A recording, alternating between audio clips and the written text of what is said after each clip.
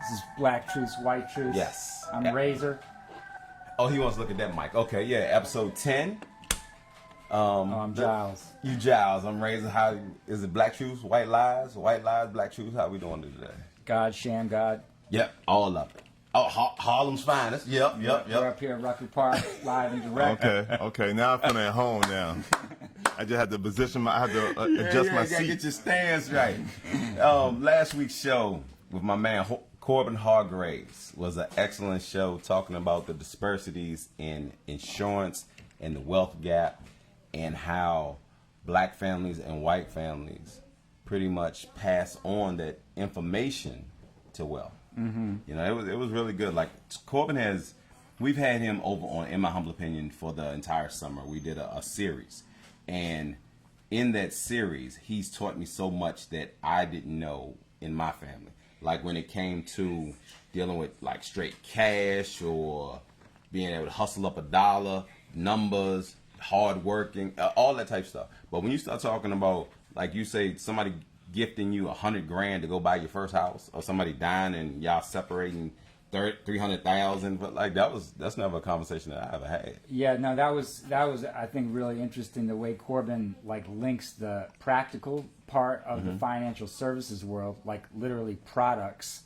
like life insurance, to generational wealth, Yes. and what generational wealth gaps mean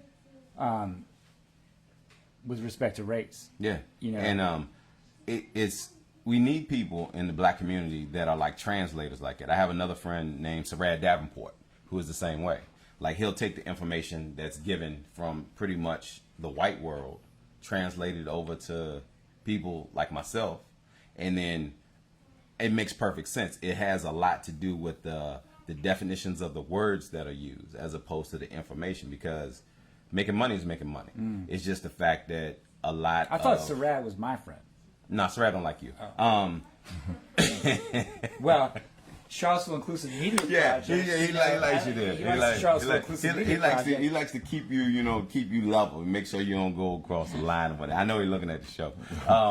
But all jokes aside, man, like he takes it, he gives it to me in a way that I can understand it, and then I'm able to get in those same rooms and explain myself. But a lot of times people try to, for lack of a better word, talk over your head because of the 16-syllable words they like to use. So people like Corbin and people like Sarad are very important. Yep.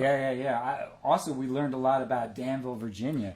Anybody Things wants I to didn't know know. about Danville, Yeah. check out the last show Yeah. with Corbin. But Yeah, Corbin gave you the ins and outs of it. Like, we were both wrong with what we talked about. Yeah. Like, terribly wrong. We probably got boycotted somewhere along the way. Yeah. But, to no further ado, my brother that we brought on here today, right? He is as misunderstood as I am.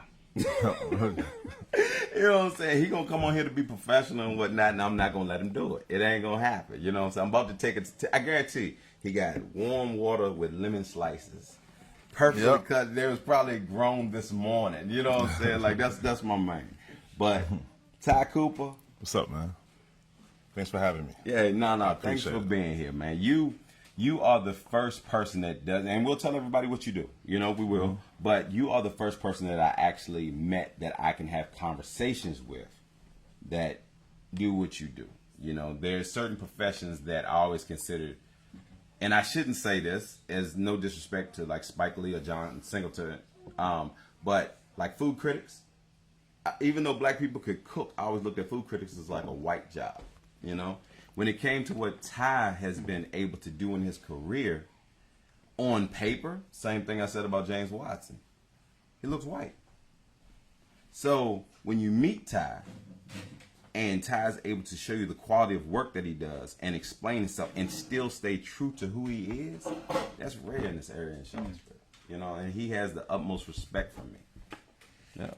no doubt, me too. I've known Ty since I got here and watched him, navigate the arts world in town, which is complicated in this town. But what we're supposed to do is say, Ty are Cooper, you? who are you? Yeah, who are you? Ty Cooper, who are you, man? Man, I'm a son, I'm a brother, I'm a father, I'm a grandfather, and I'm very connected to my community. So I try to be the person who I admire, and that's who I am. Say, try to sum it up. But we ain't gonna. Yeah, we buried the lead too. But where? Tell us about where you're What from. do you too. do? Okay. Oh no, where I'm from first. I like the where I'm from thing from top because there's not that many people. Where I'm from first, man. There's no one out here. From the I'm from Polo Harlem. Grounds or whatever. Yeah, I'm from Harlem. I'm from Harlem, 159th Street, Harlem River Drive, right there off of 8th Avenue. Born and bred. Yeah, right behind Polo Grounds, right across the street from Walker Park, and you know, and what was the other question you asked? But that's kind of like a black mecca. Yeah, it's the black capital of the United States of America. Yes. So how do you end up in little old Charlottesville? Well, I went to Norfolk State University for undergrad, and started my company in my third year, when I was a junior. And you know, like for a lot of guys, Charlottesville, you know, I discovered Charlottesville through a woman, you know, and came up here, you know, connected with her, and was introduced to, you know, the world of Charlottesville. And then, so I didn't move here. I came across Charlottesville in 1998, and I didn't move here. But I bought one event here every year since '98. And in 2008, I opened up a dry cleaners in Charlottesville, and I was still going back and forth to Virginia Beach because I'm a single father. So I raised my daughter. So my daughter was still in high school at that time. She had one more year. So I was going back and forth. And then when she went off to Virginia Tech University to study chemical engineering and chemistry, then I moved up here to Charlottesville. You know, I moved up here to Charlottesville when she went away to school, so I could be closer to her and run a dry cleaners at the same time. So that's what brought me to Charlottesville. But I really discovered Charlottesville just by driving, getting off the exit to get gas when I was on my way to Master Nutting. And I met that woman at the gas station. Yeah, Wow. And I ended up canceling my hotel reservation at Master Nutting, and I stayed at the Holiday Inn on 5th Street, and then I moved to Omni the next day. Cause I didn't know about the town, so I was right there. I said, "Oh, hotel's right there," and you know, we had a good time that weekend. You know, she introduced me to the town. Now, the Ty Cooper I met, the producer. That's a personal story, by the way. I know. I ain't never heard That's this. a My good man. story. I-64 love story. Yeah. I know, right? Man. That boy had his nose wide open. Nah, it wasn't love. It was something. Yeah, extra stage left. What I did, Shuffle. she introduced me to the town. That was in, I think that was probably September. Okay. And then I think November is when I bought Junkyard Band to PVCC, and it sold out. And that's how I was like, oh, it's a little bit of money out here in Charlottesville. So I had to come back the next year and bring events. That's how it happened. Junkyard played my prom. Really? Yeah. Shoot. Take me out to see Junkyard. Shoot, Junkyard played the first time I heard pistols go off. Oh, yeah. We all got a little different Junkyard shout out to them, man. But, like I said, the Ty Cooper I met, the writer, the film producer, the entrepreneur, you know, just everything. Anything you wanted to be. That's the Ty Cooper I met. Yeah, no, you can't. So, and you really can't separate those at this junction in life. You know what I'm saying? You got what you'll do and what people know you for because that's the atmosphere that they're with you on. But, like I said before, you're the first playwright, screenwriter, movie producer, African-American male that I ever had the privilege to like sit down and have legitimate conversation with, talk to, find out what you do, laugh, joke. You know, that wasn't something that I saw a black person being able to really do before I met you. Like, it's just not, you know, like Spike Lee was Spike Lee. You know, John Singleton was John Singleton. But these were people that I was never going to meet. I'm not Tyrese. I'm not, you know. Right, I got you. So when I go to the film festival or I look up Sundance and I see a name that I literally can call and say, man, let's go have some lunch, that meant something to me. You know what I'm saying? Like, being able to say I was your friend meant something to me because you were doing something that I didn't really see African-American men being able to accomplish, especially, for lack of a better term, you kind of carry yourself like a street dude. You know, so that's, how did you make that transition to be able to do that? To do what, filmmaking and other things? To be able to do, going to school is one thing, starting your business is another thing. But what you've been able to do here in Charlottesville, the people that you're that you're tied to, that's not something that somebody can just go do. It was organic, man. The transition was organic. I went to Norfolk State. Well, let me back up some. My high school, Norman Thomas High School for Commercial Education, is located on 33rd and Park Avenue in New York. So I didn't go to high school in Harlem, right? So so that school is connected to a bank. It was all about business. So I was a marketing major in high school. You know, most high school didn't have majors like that. This was in the 80s. So I was a marketing major in high school. My father worked at Goldman Sachs. I worked at Goldman Sachs, I interned at Goldman Sachs. You know, I wanted to be in fashion at one time, heavily in fashion. So I got accepted to FIT, Fashion Institute of Technology. I worked at Bloomingdale's in my last year, you know, of high school, the last 6 months of high school. And my mother, when I was a kid, she always took me to see Broadway plays. You know, I was always cultured. I had a great appreciation for culture and the arts and so forth. But I wanted to make money, so I was always thinking about being a stockbroker and so forth. And so when I went to, I turned down FIT and I went to Norfolk State University. Why? It lacked what I wanted, but it gave me what I needed. And from HBCU, you know, just being around a lot of other black people who are coming up, you know, through matriculation and, you know, in academia, I was able to really look at, you know, because I'm from Harlem, right? So we had a lot of people who weren't coming up. You know, we had people that was in the streets who were married to the streets. Never leave the corner. Yeah, they were married to the streets, right? And, you know, I always believed in, you know, the streets of your girlfriend. It's not, you don't get married to it. Right. You know what I mean? Because you'll get stuck there. And so we seeing people, a whole bunch of us, and then don't forget the 80s was when Spike Lee, you talk about School Days, and School Days really was influential on a lot of people to go to school. So we did that, and it was promising and stuff like that. And I started my business in my 3rd year. You know, I came back home, you know, after my freshman year, I came back home, I interned at Philip Morris in the summer. So I had all these opportunities that my friends didn't have. The corporate road was open. Oh, wide open, wide open. And I had mentors. I interviewed, back then I interviewed Earl G. Graves. There's someone next to Earl G. Graves for Black, you know, for his magazine. And I was like, you know what, I want to start my own business. And when I stayed, then that following year, went back to school, I opened up my business. You know, What was your first business? Yeah, it's a promotion company. Okay. So promoting concerts and shows and things of that nature. So it's the same. I've been in business for 28 years. It's the same company. I changed the name about maybe 12 years ago. Okay. Make it a little bit more professional. It used to be, you know, something else, and then Life View Marketing sound more. I put a lot behind the meaning of Life View, and you know, and I just wanted to kind of put that out, so I changed the name. But so I always felt as though I could do what I wanted to do. Like anything I wanted to do, I could do. In 1997, I wrote my first stage play called Please Papa Don't, and I only did it because I booked another stage play in New York called Blacker the Berry, Sweeter the Juice. This was 97, and I went up there to give the guy the money, and then his contract was nothing like what he and I talked about over the phone. And then I said, you know what? Put him on hold. I said, I'll come back. I said, let me read this, and we'll talk tomorrow. At that point, I already knew I wasn't going to mess with him, but I wanted his contract because I never had a playwright, a stage play contract. So I took the contract, and I cut him off, and then I came up with a concept, and I wrote my own play.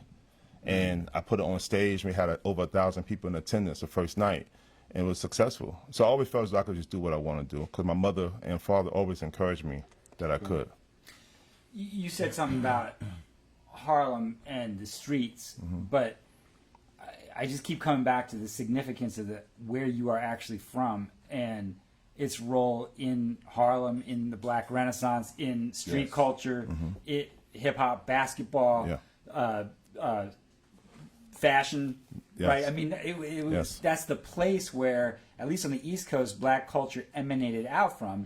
And while you knew people on the streets, you also knew people who had become famous or had been jazz musicians or were, you know, whatever. So what's it like to know people from both extremes? You know what? It's For us, it's just life. Being in Harlem, right? We had a good friend of mine, Jamal Mashburn. You know, he played for the NBA. Good friend of mine. We was in the Cub Scouts together, Rebel Scouts together, and Boy Scouts together. You know, I have other friends who were musicians and artists and hip hop artists. It was nothing for you to just walk from my apartment to, let's say you take a walk to 125th Street, right? Because that's what we used to do. A few of us, guys, we'd stop every girl that we can get numbers from. You know what I mean? On the way to 125th, we walk and then take a cab back. And then we compare how many numbers we got, who got the most, and then that person get treated to, you know, to whatever food or whatever, you know. But it was nothing to see on this single walk. You could see Biz Markie, because Biz Markie's from my hood where I'm from. You could see Biz Markie, you could see Dougie Fresh. You could bump into these artists just walking. They'd be parked in their car and parked outside of what was called Willie Burgers. It was a place on 145th Street. And that, so when you see that, you don't get starstruck. It's just part of life. So for me, it was just growing up. That was just normal. Seeing celebrities, knowing celebrities. It just, you admire them and you want to come up as well. So your goal isn't to necessarily be starstruck. Your goal is to top them. Be very competitive in Harlem, in New York, period. That's great. All right, so that fits the question I had. Because you grew up in Harlem, what's the percentage when it comes to like white people and black people? Oh, the percentage in Harlem? I mean, in my day or today? No, in your day. Gentrification days or my day? No, your day. No, there weren't any in Harlem like that. So, great. Okay. Not like that. I mean, you know. when it came maybe to... Broadway, you may find some, but... The edges. Yeah, the edges. By like Columbia. Yeah, exactly. Okay, and so... by the hospital up, you know, and like Washington Heights, you know. So did you ever at any point feel that you couldn't do something because you were black or something was reserved for white people? Nah, I took computer programming classes when I was 12 or 13 at Columbia. So nah, I didn't have that thing. You know what I'm saying? Like, so when I was the only one in the class. I was the only black person in the class, but the opportunity. So when you was came there to for Virginia, and the reason I'm asking you that way is because when you came to Virginia, and the mindset of a lot of Virginia people is that they can't do something. I have an example. Yeah, I know you do. Look, they feel that they can't do something or they have to take a back seat to white people. How did you, coming from Harlem, being pushed by your parents that you can do anything, having all these accolades, being thrust down into the birthplace of America, and being the type of black man that you are? So I know how you are now. I can only imagine how you were. Yeah, I was hard. I was hard. Right. So how did you find it able to function without anybody putting like a glass ceiling over top of you or blackballing you or putting you in a box? I mean, looking at school days. Okay. Looking at school days, coming down here to be matriculated at HBCU. You know what I'm saying? When, you know, I have black professors who doing their thing, who's mentoring me. I have, you know, we had just a black community right there. You know, I always came from strong black communities. Harlem was a strong, super strong black community. If you can survive there, you can survive anywhere. You know, now, have I experienced racism? I experienced racism at Goldman Sachs, not knowing it later, knowing why I wasn't put in a certain finance department. You know what I'm saying? When I was the only black person in that of the group of interns, but I wasn't put in the finance office. You know, like one of the finance departments. You know what I mean? So, but that didn't like stop me. Cause I didn't even know it was racism. Because what I was doing, I was in the print shop reading the perspective. I was reading the books. I was reading the numbers. I taught myself at 12 years old how to read the Wall Street Journal. You know what I mean? Myself. Do USA Today. When they came out with that paper, it was in colors. The money was green, red. It has other. It was easy to read. So I read that, taught myself how to read it, and then I taught myself how to read the Wall Street Journal. I came across racism this weekend. I got to tell the story. So, but my bad. After I finish. Yeah. So what I was gonna say is that, you know, I never allowed something to make me feel as though I couldn't do something. I just never saw that. You know, I just never saw that. So you just move forward, you just push forward. You know, I never had a white person hold the keys over my head. You know, never. When I started my company, my company was catered to black people, like the Black Ski Fest, right? I put together I created the Black Ski Fest called College Weekend on the Slopes.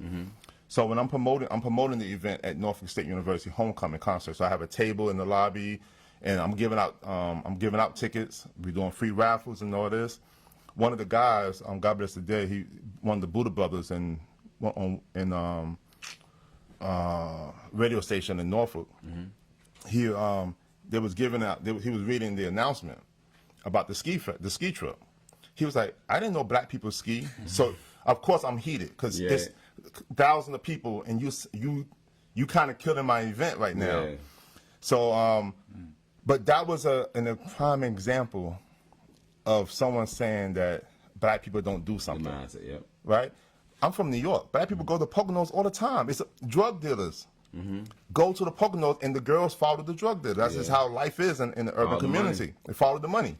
They got mink coats on the slopes. I grew up. That's normal. How you gonna say black people don't ski? Yeah.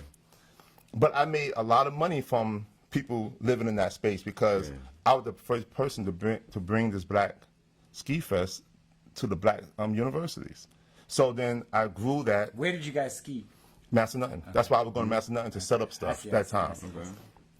And we used to, so what I used to do, I used to promote this event at all the different colleges. How does, now you might not feel comfortable answering this, how does the white community view a black man like Ty? Now this ain't Ty, so, because like, he's somebody who, he walks the way he wants to walk. You're not going to tell him what he want to do. Is he considered, now when you talk about Ty Cooper, your friend, is he uppity? Or even me? Are they uppity? Do they not know their place? Do they, Ty and I get along because we act the same, right? But we catch a lot of flack from our own community because of the way we act, who we interact with. We want to talk to white people, talk to white people. We want to do this for black people, we do what we want to do. But how is it viewed when you don't have a connection with a black man such as himself and the way that he carries himself and what he's doing? Well, I met Ty when I was the editor of Seaville Weekly, so that ain't what I asked you. Well, I'm telling you the story. Ty promotes his stuff, right? So he goes to all the papers, says run stuff on my stuff, right? And so the initial conversation is just what he said. Like, I have a thing, I'm selling the thing, y'all do this, sell my thing, right? and people are like, sell my thing, yes. Okay. Right? I mean, that's what you say at Absolutely, 100%. And that's I saw Ty do that all over town with all kinds of people, whether it was UVA. Ty don't ask. Well, how's it viewed? How's it viewed you after he leaves the room? Yes. Yeah, probably gets unpacked lots of different ways. Okay. And Ty probably knows most of those ways. Well, but let's talk about them ways. Well, so Ty was the guy who broke the color barrier on the Paramount board, the fanciest board in town. So his job is to be with the fanciest fine arts crew in town as their first black guy. and I think Ty ruffled feathers there, but people also realized that he was right. Is it threatening? So it's threatening, but I feel like this is one of those moments. There hasn't been that many moments recently, but this is one of those like good things happen to good people moments.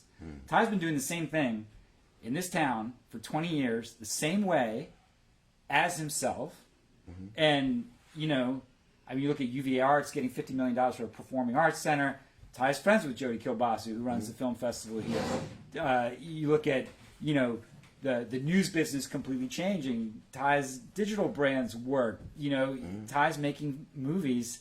And people are paying him to do the kind of movies he wants. I don't know that many people who have gotten that done here in that same period, white or black. I think that, people make bad assumptions about Ty. Like, I'm from Harlem. Okay, I know what that means.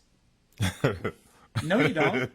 Yeah, you get that. Yeah, you don't. You get that. Or Did I know that Ty interned at Goldman Sachs? I knew none of this No, stuff. right? And It's would like I? Corbin. I don't even know him. And because no more. the He ain't my friend no more. the Charlottesville lens comes on everybody here. If I saw Ty up in D.C. at one of my school's events, I would not think that he had interned at Goldman Sachs. I would not think that he went to an HBCU and was studying finance. Here, I would not think that.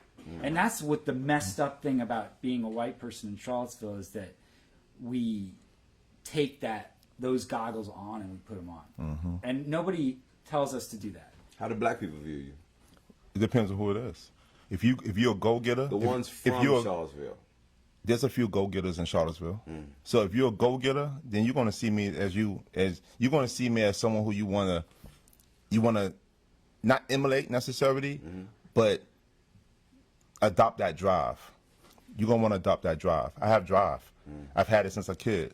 No matter what I put my teeth into, I'm always have drive. So for instance, I don't get any of that. Let's be real. You're talking about the hate. Okay? I don't get the hate in Harlem. Yeah. I don't get the hate in D.C., Philly, Norfolk, Miami, some parts of North Carolina. Places that I break bread with people and make money with people, and we have done things and for years and years. They see me as, what like Jay-Z said, hustlers don't hate other hustlers. Those who not getting it hate hustlers. True. You understand what I'm saying? Yeah. So in Charlottesville, we have people that's grinding and coming up. I'm certain that those people appreciate me because I have relationships with those people, right? There's other people who may not be doing as much, and maybe they don't like me. I don't know. Why did That's not my goal. Why did you stay in Charlottesville? Why did you, after all that winding? I mean, you still could have zigged and zagged in a lot of directions. I could have been back home. I could have did whatever I wanted to do. One, I'm a family man. My daughter kept me here. To be honest with you, my daughter went to Virginia Tech, and I didn't leave. Coming to Charlottesville is closer to Virginia Tech than Virginia Beach is. We still own the house in Virginia Beach. I still got the house. We rent it out. So I just decided, just like I decided when I moved her when she was 9 years old to live with me from her mom from New York. I put the business on the background, man. It's back burner. I put it on the back burner. My daughter was everything to me. Now my daughter has a daughter. I have a 7-year-old granddaughter. I'm going nowhere. And so what I do, I just came back from France last week. I was in France for a week. I took my whole family to Dominican Republic. I treat them out of the country every year on a big trip for the family. It's a family trip. Right before that, I was in Mexico. This was all in June. 3 countries in 3 months. Hey, if you don't admire me for certain things and you don't set to aspire to certain things that you see me doing, then you're a hater. Ray's is getting depressed over here. You're a hater. He's like, No. Man, I got stuck in Orange.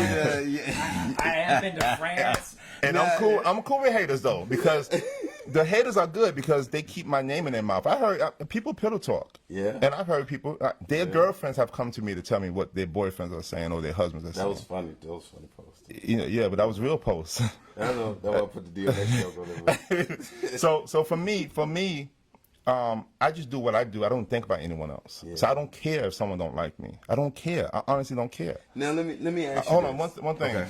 because I got to toot my own horn. Okay. On this. Let me hear. Because, see, when you talk about the haters, I know what you're talking about, and it drives me crazy, right? But I just started my family scholarship fund to give back $1,000 per student in my hood. You got to be from my hood. I just started it. My money. People wanted. So once people heard about it, they want to donate. I said no donations for the first year. This is my money. This is organic. This is from me. And I started the committee of my family. So it's my family on the committee, and it's called the Cooper Scholarship Fund, the Cooper Family Scholarship Fund. And so, why would I care about someone in Charlottesville not liking me? I'm giving back to my hood. I gave back to this. When someone died here, it's been at least 12 people. Someone died here in Charlottesville, I go to the house and I cut them a check. Their mom a check. People are not doing that here. So why would I? Yeah, I don't talk about it. That's exploitation. That's why I said earlier, there's certain things I'm not gonna do just because opportunity is there. I'm telling you this now because we're talking about the haters, and that drives me. It increase my blood pressure. There's enough haters everywhere right now. So there's enough hate everywhere right now. But so my goal, man, is to make a place better. If I touch the ground, my favorite quote is by Andrew Carnegie. He stated, "As I get older, I no longer listen to what men say. I watch what they do."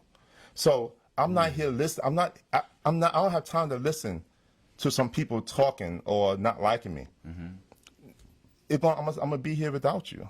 How hard is it to replicate yourself?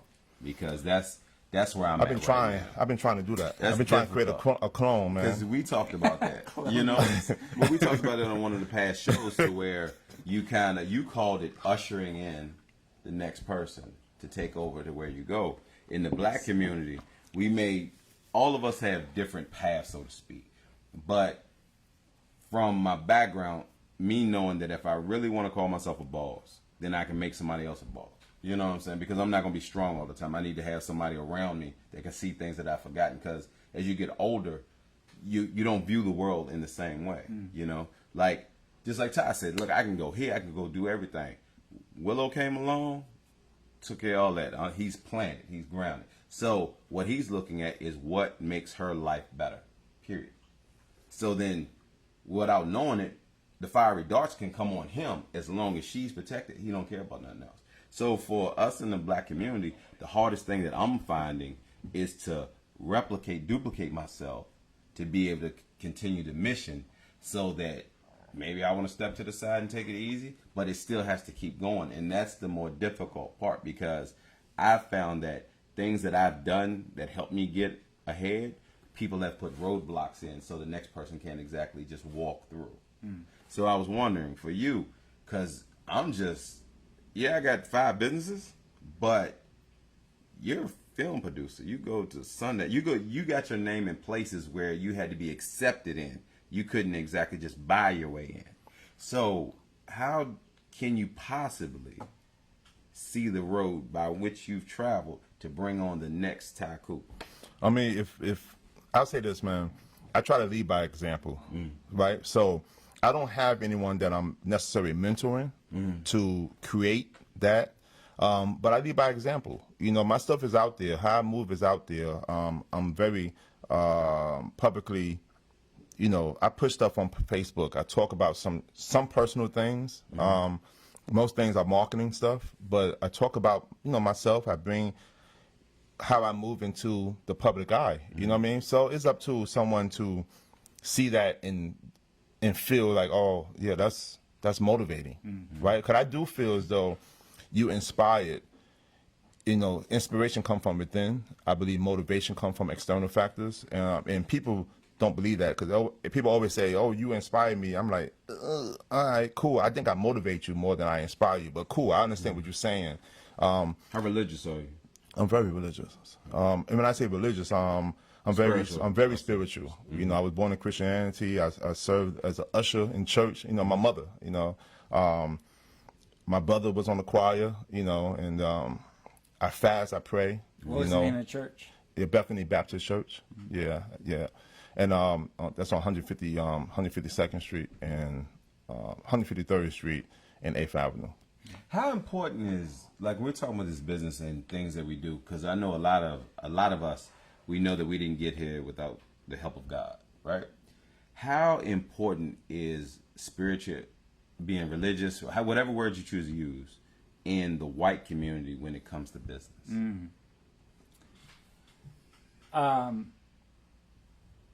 In general, I would say not at all. Like in the big game, you talking about New York City, like in general. But that's the white world's organized that way. Everything's connected, and it all goes one place to Goldman Sachs. And at the highest level in those places, that's where the strings get pulled. That pull all the strings. That pull the next row of strings. That all of these white men who control their enterprises are playing with. Ty witnessed that game firsthand. There is no God in that game. Like, that is dog eat dog in each department to get to those seats. So it is ruthless pursuit of money and speed, and your peers are getting shed every 6 months around you until only 5, 6 left. That's right. And if you make it past 40 in one of those places, you're essentially a god. And from there, you can start a private equity firm, go into your own stuff. So if that's the highest part of the white business food chain, which it really is, even I had a stepdad who ran a family business, right? He sold grease fittings to Jiffy Lubes, right? Like just middleman, straight middleman. You buy stuff from China, you sell it. It used to be turkey. You sell it to the shop owners or the mini chain owners, right? Here's the stuff. Everyone can get the same stuff. So what's your price? What's your service? What's your relationships? So that's what people think of as white business America. A family man, family business, deep relationships, a lot of loyalty from his employees. And, that man went to church every Sunday to be seen there, That meant, and that meant, certain things. But was faith a guiding director in achievement or success? No. I think in the New South, the sports culture has created something like the gospel of prosperity in the business world.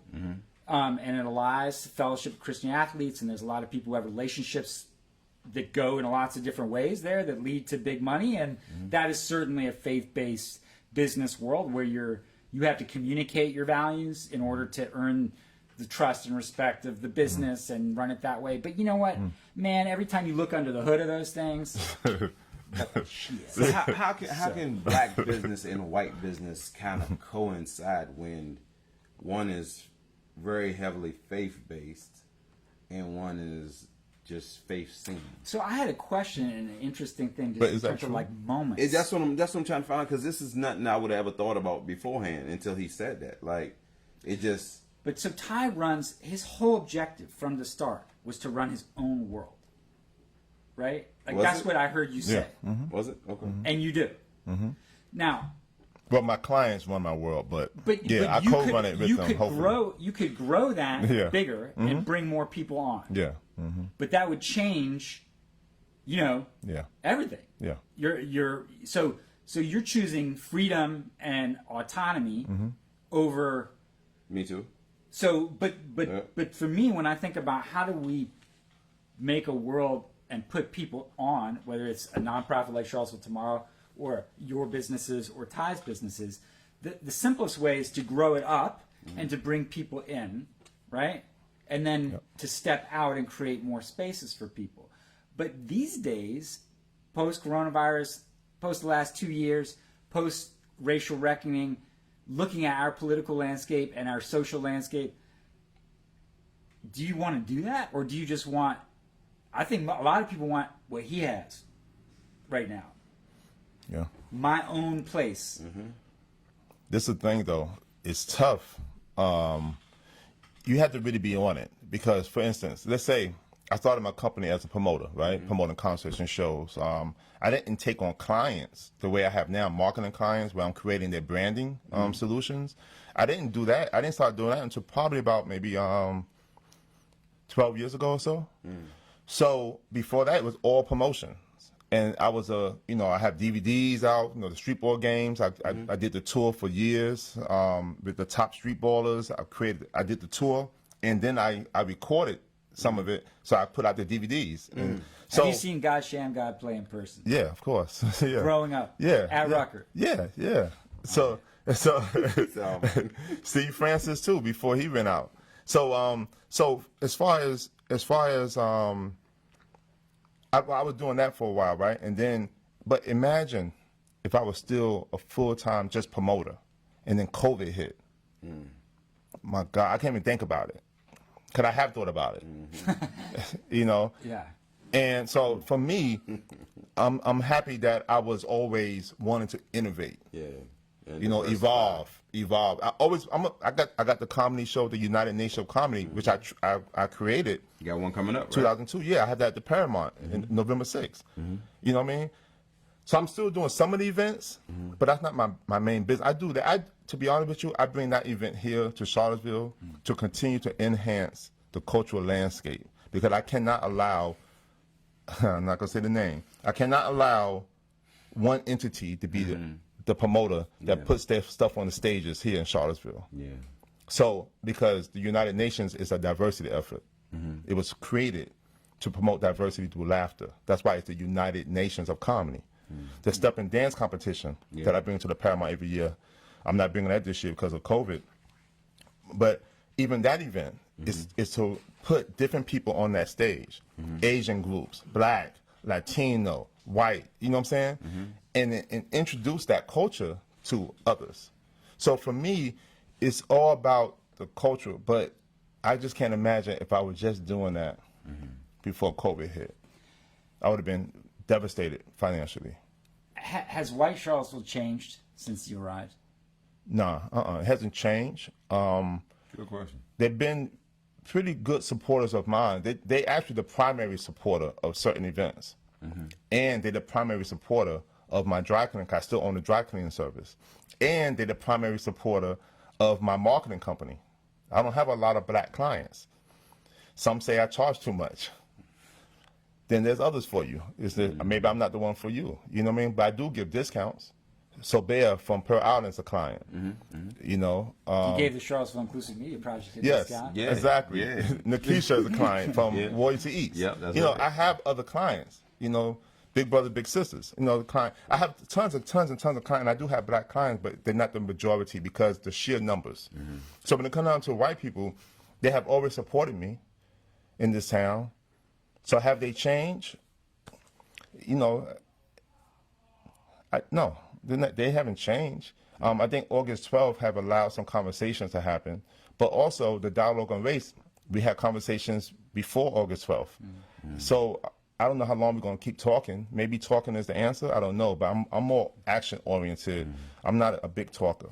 See, Ty's at a special place where he actually interacts and has skin in the game both sides with Black and white community. Yeah. Most Black people, if they're honest with themselves, it's more of what the white community is allowing them to do, what I can get from the white community, as opposed to the autonomy that Ty has in his businesses, in his decisions. If Ty doesn't want to do something, Ty is not going to do it. You know, That's just period point blank. it's funny you say that. Joe Platani is a client, right? And Commonwealth attorney. And when he first came, he'll tell you this because I've seen him repeat this story to others, so it's safe for me to say it. But he was like, you know, Ty. When I came to Ty to talk about, you know, I want to hire him.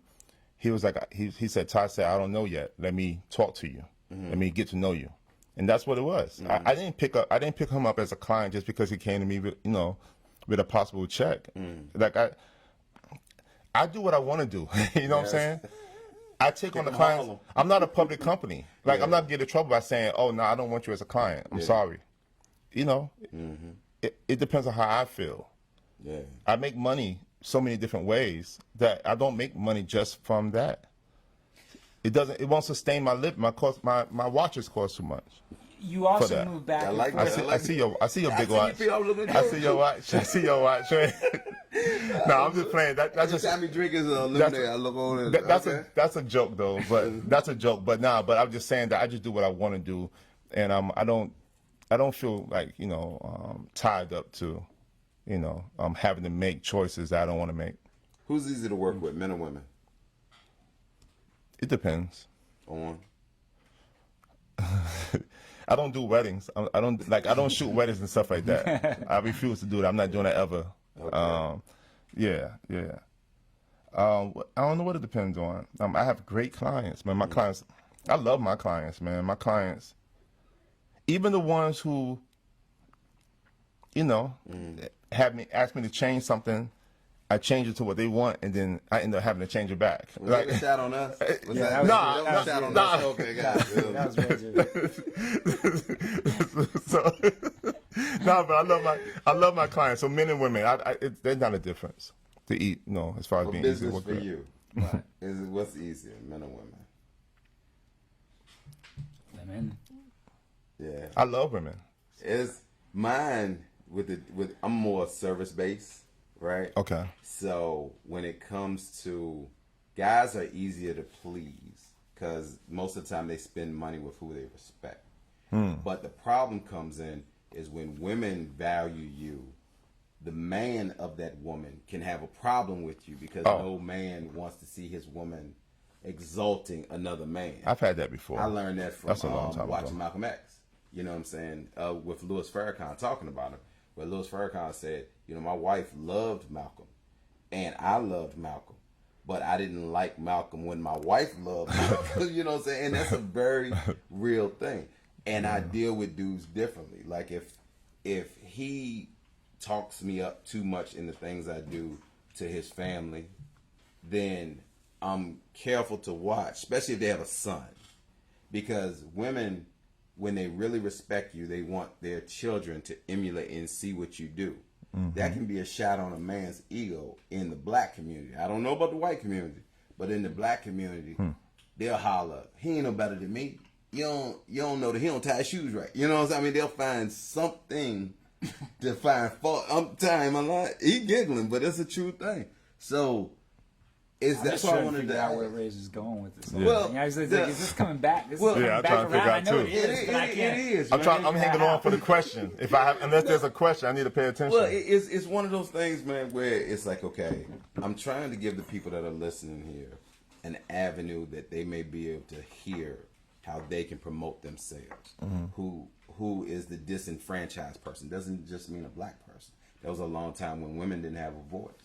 So if you have a product where you can build up women or Asian community or white community, I'm a business person. It don't matter. You know what I'm saying? So that's why I was trying to get y'all feel. Well, tell us about Amanda. Tell us about Amanda. Amanda is amazing. Amanda, my film, I wrote, produced, directed that film. It's going to be a long journey ahead, you know, because the way I'm trying to do it, the way I'm doing it is I'm submitting. I have two versions. I have a 26-minute version and a 45-minute version. So the 26-minute version is the main one that I'm sending out to festivals because it's a short. It's a long short. Festivals don't like long shorts, but like I said, I don't care what people. I don't care. But I'm still sending that out. The 45-minute version is the one that I'm actually screening. I'm paying for the theater, the marketing, you know, and I'm screening it at those theaters around the country. And we have 2 sold-out shows, you know, November 12th and the 13th right here in Charlottesville. The hometown has supported me. Yeah. So, like, you know, so when you say, you know, who's if the white, community have changed and this and that, the majority of the audience are white. The majority of Charlottesville is white. You know what I mean? So you got to know how to navigate between both sides. I have black supporters and ticket buyers. I have white supporters and ticket buyers. But the numbers are definitely represent the community. Who did you want to watch this film and why? Yeah, I want the general public to watch it. It's not a certain person, because what it is it's about paying attention to people who may be suffering from trauma. It may be. The story is based on a young woman who mother died when she was 9 years old from cancer, and as she's she's been dealing with that trauma for all of her life. She's 28 years old and trying to get her work curated in the gallery, and her traumatic experiences is what leads her to make controversial decisions. It's a love story, and so. One thing about, depression, trauma, and so forth, you just never know. The person who's waiting on you at the restaurant, someone who's cutting your hair, the clerk at the grocery store, you just never know how you can brighten their day. You can just say some kind words to that person, and it could make a huge difference in that person's life. And that's what I'm trying not to say certain things. I don't want to give away some stuff in Amanda, but it's a heavy project and it's a very complex project, and I shot it in the most simplest way. I had a huge team that came down. I had my film crew came down from New York to film. I directed it. I didn't shoot this one. I had a woman editor in New York, Just Done. I had 9 cast members, including Miss Virginia. She's in it. And, we shot in Richmond. For 5 days. Spent about $30,000 and then some more in post-production. And I'm proud of it. I just want people to see it. and I want people to understand when they see it. I think it will touch people's hearts. It will really tug at people's hearts. My sound engineer, he cried at least the first 3 times we watched it together. Yeah, and he had to run out the studio one day. He was like, he started saying, "Damn you, Todd! Damn you!" And he ran out of the studio. Does cancer hold a certain place in your life? Yeah, my mother and father both had cancer, and my father's still dealing with it.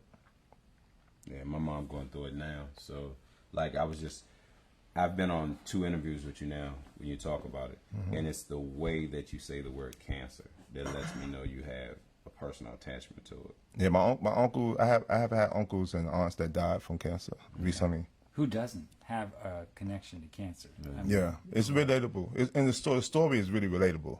I'm choked up now. I can't. Certain words I can't even like really get out because. Yeah.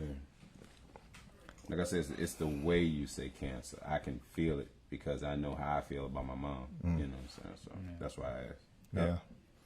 Yeah. It's tough, man. But maybe UVA Cancer Center can sponsor the film's national I tour. I need a check from. I need a so check. people can make sure Yeah, they we get working their on that checkups too. on We time. trying to get Make ours. sure that they get screened. Well, I'm a little bit disturbed by Katie Couric right now with the Denzel Washington thing.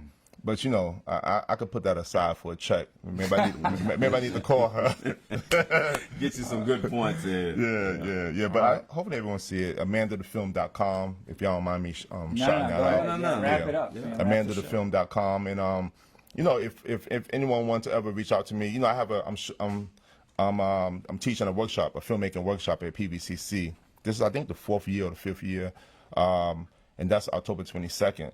10 a.m. to 2 p.m. at PVCC at the V.O. Dickinson building. That's coming up, and I just want to leave things behind so people can so people can really take what I left behind and make this place a better place. It could help the people. So that's one thing about legacy is that it's not about what you talk about, it's what you do and what you leave behind. So I'm hoping people see my work and it helps change them, and you know, it motivates them to do better or do different things and take care of their own community. Todd, thank you, man. Like, it's an excellent way to end the show. You know what I'm saying? You did the show justice as we knew you would. We hope that everybody that listens to this podcast goes out and sees Amanda when it's available and supports you and every body of work you do. Yeah, what kind of watch is that, man? Expensive. I got Invicta. Okay. This is a deep blue. Okay. One of 7. Okay, cool. Cool. I'm a simple man. I keep it simple. Yeah. Okay. Cartier, man. Cartier, man. We back on white lies, black lies. Yeah.